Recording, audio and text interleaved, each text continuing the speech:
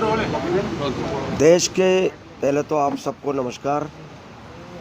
देश के यशस्वी प्रधानमंत्री नरेंद्र मोदी जी के मार्गदर्शन में भारत सरकार की वित्त मंत्री निर्मला सीतारमण जी ने आज भारत सरकार का बजट पेश किया।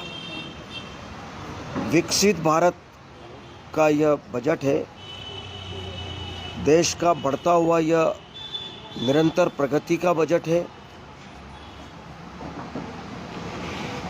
सर्वस्पर्शी बजट है।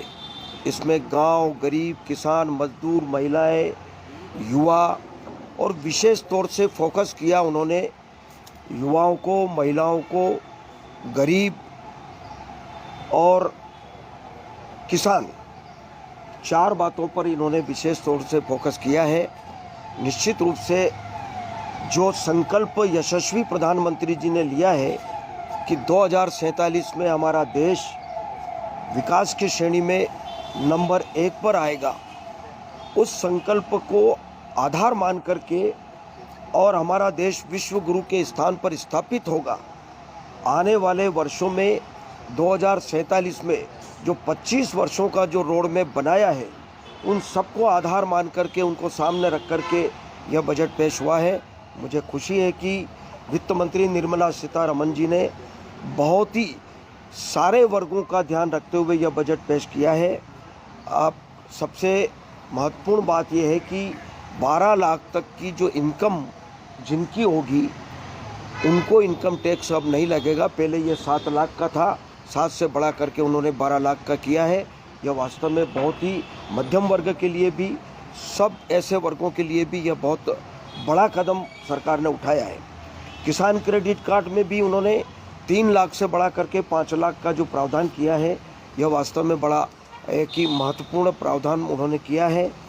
और अगले 3 सालों में सभी जिलों में कैंसर के इलाज के लिए सेंटर प्रारंभ करेंगे। यह मुझे लगता है कि बहुत ही महत्वपूर्ण निर्णय लिया है, क्योंकि इस बीमारी से बहुत लोग ग्रसित थे और उनके बारे में यह निर्णय उन्होंने लिया है। एमएसएमई की सीमा को भी बढ़ा करके उन्होंने 5 करोड़ से बढ़ा करके उन्होंने 10 करोड़ किया है ऋण गारंटी का। और स्टार्टअप के लिए भी उन्होंने कर्ज की सीमा को 10 करोड़ से बढ़ा करके उन्होंने 20 करोड़ किया है। ऐसे प्रदेशों को जो पूंजीगत व्यय के लिए जो सरकारों को जो ऋण देने का प्रावधान था, 1.5 लाख करोड़ का जो उसको निरंतर किया, कंटिन्यू किया।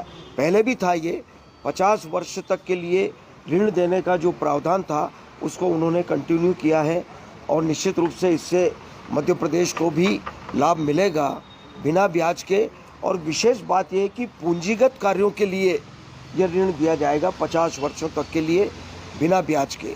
इस प्रकार से अनेक ऐसे छोटे बड़े निर्णय लिए हैं। बहुत लंबी सूची है पूरे देश के लिए। मुझे लगता है कि अभी बजट में बहुत सारे प्रावधान किए हैं, उनको अभी अध्ययन करने के बाद ही मुझे लगता है कि बताया जा सकता है। लेकिन इतना कह सकते हैं कि यह बजट जनहित का बजट है, जनता के लिए बजट है और देश को आगे बढ़ाने वाला बजट है, प्रगति का बजट है। इसलिए यशस्वी प्रधानमंत्री जी को भी हम धन्यवाद देंगे और यशस्वी वित्त मंत्री भारत सरकार की, उनका भी हम हृदय से धन्यवाद कर रहे हैं, आभार व्यक्त कर रहे हैं, बधाई दे रहे हैं कि उन्होंने बहुत अच्छा बजट प्रस्तुत किया।